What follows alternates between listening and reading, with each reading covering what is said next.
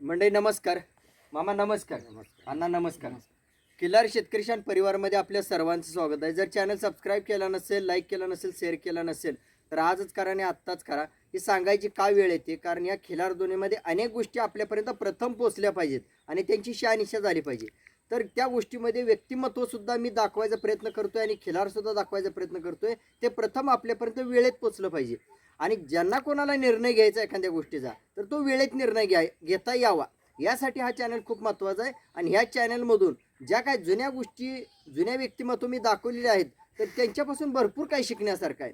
आणि ह्या चॅनलमधून त्याच गोष्टी न दाखवता आज तरुण वर्गातून जे तरुण पुढे येतात खिलार संगोपनासाठी आणि जातीवंत खिलारसाठी विचार करतायत, तर त्यांच्यासाठी मी आवर्जून स्वतःहून माझ्या आयुष्यातून वेळ काढून तिथपर्यंत पोहोचायचा प्रयत्न करतोय. मी ज्या ठिकाणी पोहोचलोय त्यांची ओळख विचारतोय आणि तुमच्या पुढे मांडतोय की तरुण वर्गातून जे जातीवंत सुरुवातीला मला वाटतात तर त्यांना व्यक्त करायचं आणि तुमच्या पुढे मांडायचं माझं काम आहे. आणि टिकवायचं तुमचं आणि समोरच्या खिलार पालकांचं जबाबदारीही राहते.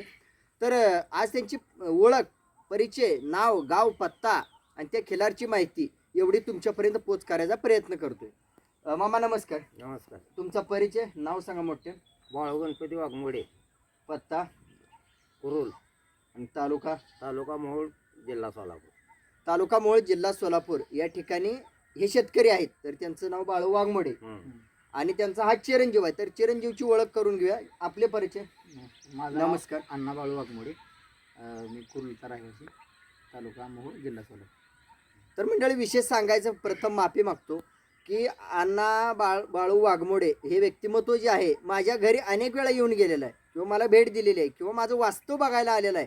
त्याच्या डोक्यात काय असेल ते असेल, पण इमानदारी, कष्टाळू आणि हुशार व्यक्तिमत्व माझ्या दारापर्यंत येऊन गेल्यानंतर आज माझं कर्तव्य राहिलं होतं. माझ्या अनेक अडचणीमुळे मी पोचलो नाही, मात्र आज माझ्या मनात आलं दुपारी की बऱ्याच दिवसापासून माझ्या डोक्यात होतं की बाबा अशा व्यक्तिमत्वाजवळ आपल्याला पोचायचं आहे की त्यांना ह्या खिलार दुनियेला खरंच हातभार लागला पाहिजे. आणि त्यांचा हातभार लागल्यानंतर जी ताकद वाढणार आहे तर तीच ताकद खिलार संगोपन वाढीसाठी आणि खिलार टिकवण्यासाठी खूप महत्त्वाची आहे.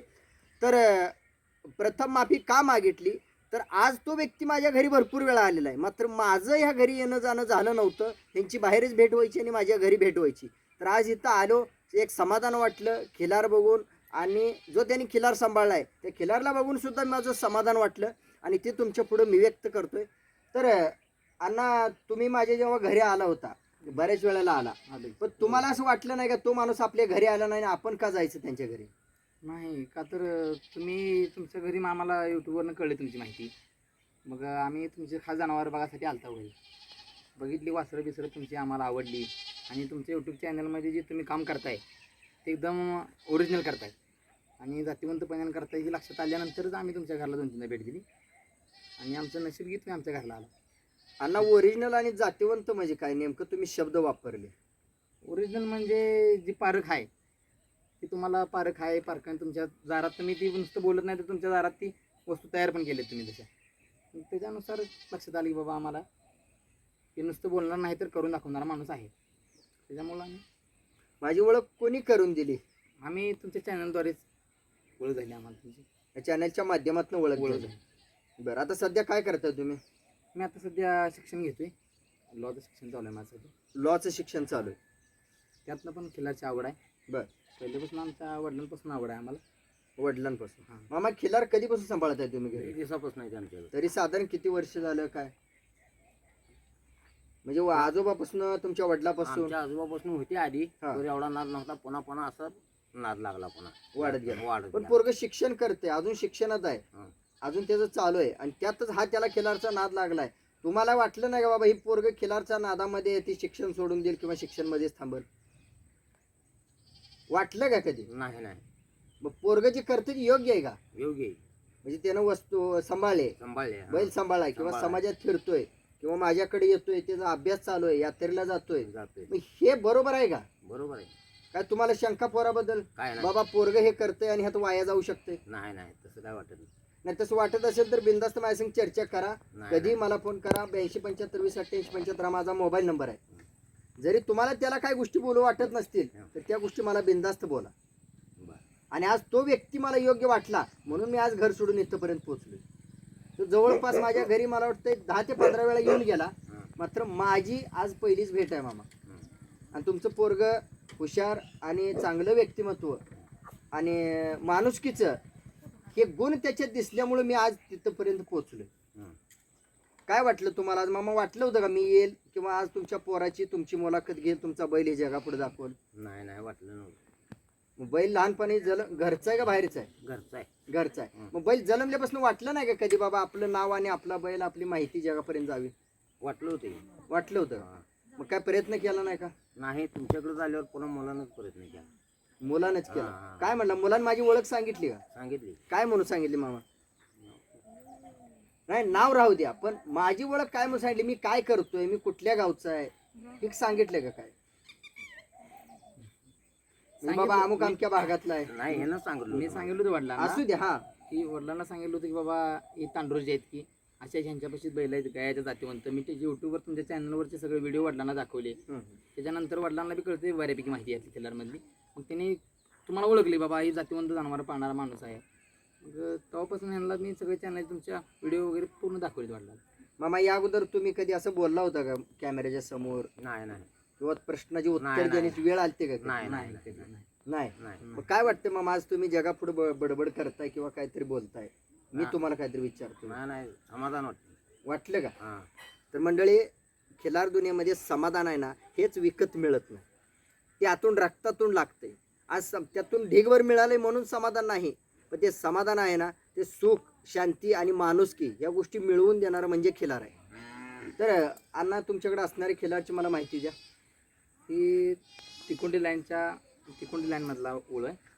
ही आता 2 दाती आहे. तिकुंडी लाईनची माहिती कोणाकडून मिळाली बाबा, ही तिकुंडी लाईन आहे आणि तीच तिकुंडी लाईन आहे म्हणून? ती एवढी जास्त माहिती नव्हती आम्हाला, बर पण जिथला आम्ही बैल भरला पुढे तिकोंडी लाईनची पैदास केलेली होती. बर हां, त्याच्यामुळे ती बैल राहू माहिती झाली आम्हाला. बर. तिकुंडी लाईनची माहिती कशी काढली बाबा? तो बैल तिकुंडी लाईनचा आहे, कोणाचा बैल आहे, कोणाच्या बैलाच्या पोटचा आहे? ती एवढी काय माहिती नव्हती आम्हाला. बर.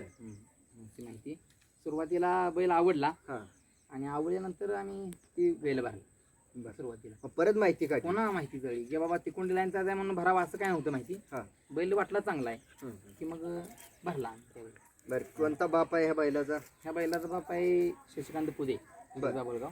त्यांच्या बैलाचा या बैलाचं नाव काय त्यांच्या? बैलाचं नाव राजा बैलाचं. राजा बैल. तर आता बैल दाती कसा आहे? आता 2 दाती. 2 दाती गायवर चालू आहे. 2 दाती आता गायीवर चालू आहे. हा. 20 गाय झाले त्याच्या लावून. 20 गाय झाली. 20 गाय झाली. दर किती ठेवलाय? 2000 रुपये. 2000. घरपोच सेवा आहे का? नाही घरपोच सेवा नाही. परत एकदा पत्ता मोबाईल नंबर सांगा. बाळू गणपती वाघमोडे वडिलांचं नाव आहे. पत्ता कुरुल, तालुका मोहोळ, जिल्हा सोलापूर. कुरुल अंकुली रोड म्हणजे पंढरपूर रोडवरून येताना MSCBच्या आतमध्ये आपली वस्ती. बर. मग ही कोण जन्मावच म्हणून बैल भरवला होता का काय नियोजन केलं? नाही बैल त्यासाठीच भरला होता की ती जातीवंत पैदास घरी होईल एखादी, कोण तयार होईल एखादा माणूस. बर. का तर बैल आवडला होता. हा. लाईनची एवढी माहिती नव्हती, हम्म. पण होईल कोण म्हणून चांगला आणि झाला पण. आणि तसा उमटा बी लागला चांगला, मग ठेवला. आणि पैदास झाल्यानंतर तुम्हाला कधी वाटलं का आपण पण जगापुढं यायला पाहिजे आणि कधी येणार आहे याचं काही गणित मांडलं होतं का? काय तसं नव्हतं डोक्यात, पण ही तुमच्या चॅनलद्वारे कळल्यानंतरच पुन्हा हळूहळू लक्षात आलं की बाबा ही आपली जी वस्तू आहे ती जगामोहर दाखवणं गरजेचं आहे. आणि त्यासाठी ही चॅनल आम्ही निवडला. तर माझ्याकडे तुम्ही वारंवार येत होता, काय उद्देश होता येण्याचा? ती तुमच्याकडं माहिती घेण्यासाठी. आपल्याला काही एवढी जास्त माहिती नव्हती इथली खिलारची. बर. म्हणजे पारक म्हणा बाकीच्या गोष्टी ते तुमच्या चॅनलद्वारे आम्हाला समजल्या. आणि तुमच्या घरी त्यामुळेच आम्ही येऊन गाया म्हणा, तुमची सांभाळणी म्हणा, तुमच्या चॅनलचं काम म्हणा, ती सगळ्या तुमच्या वडिलांची ओळख म्हणा, ती सगळ्या माहिती तुमची घेतल्यानंतर हळूहळू आम्हाला ती माहिती झाली. तुम्ही म्हटलं आता एवढी माहिती नव्हती, किती टक्के होती किंवा आणि नंतर मला भेटल्यावर किती टक्के माहिती झाली? एक 40% माहिती होती. तिथनं आल्यानंतर तुमच्यापासून आल्यापासून 60% माहिती झाली आम्हाला. अजून 40 बाकी आहे? नाही झाली. 100 झाली का? म्हणजे तुम्ही 100% पारखी झालात? नाही तसं म्हणता येणार नाही. अजून 100% पारखी काय म्हणता येणार हा. नाही. पण आधी काहीच माहिती नव्हती. आधी काहीच नव्हती. हा. हा. थोडी माहिती होती बाबा खिलार असं असायला पाहिजे, थोडीफार.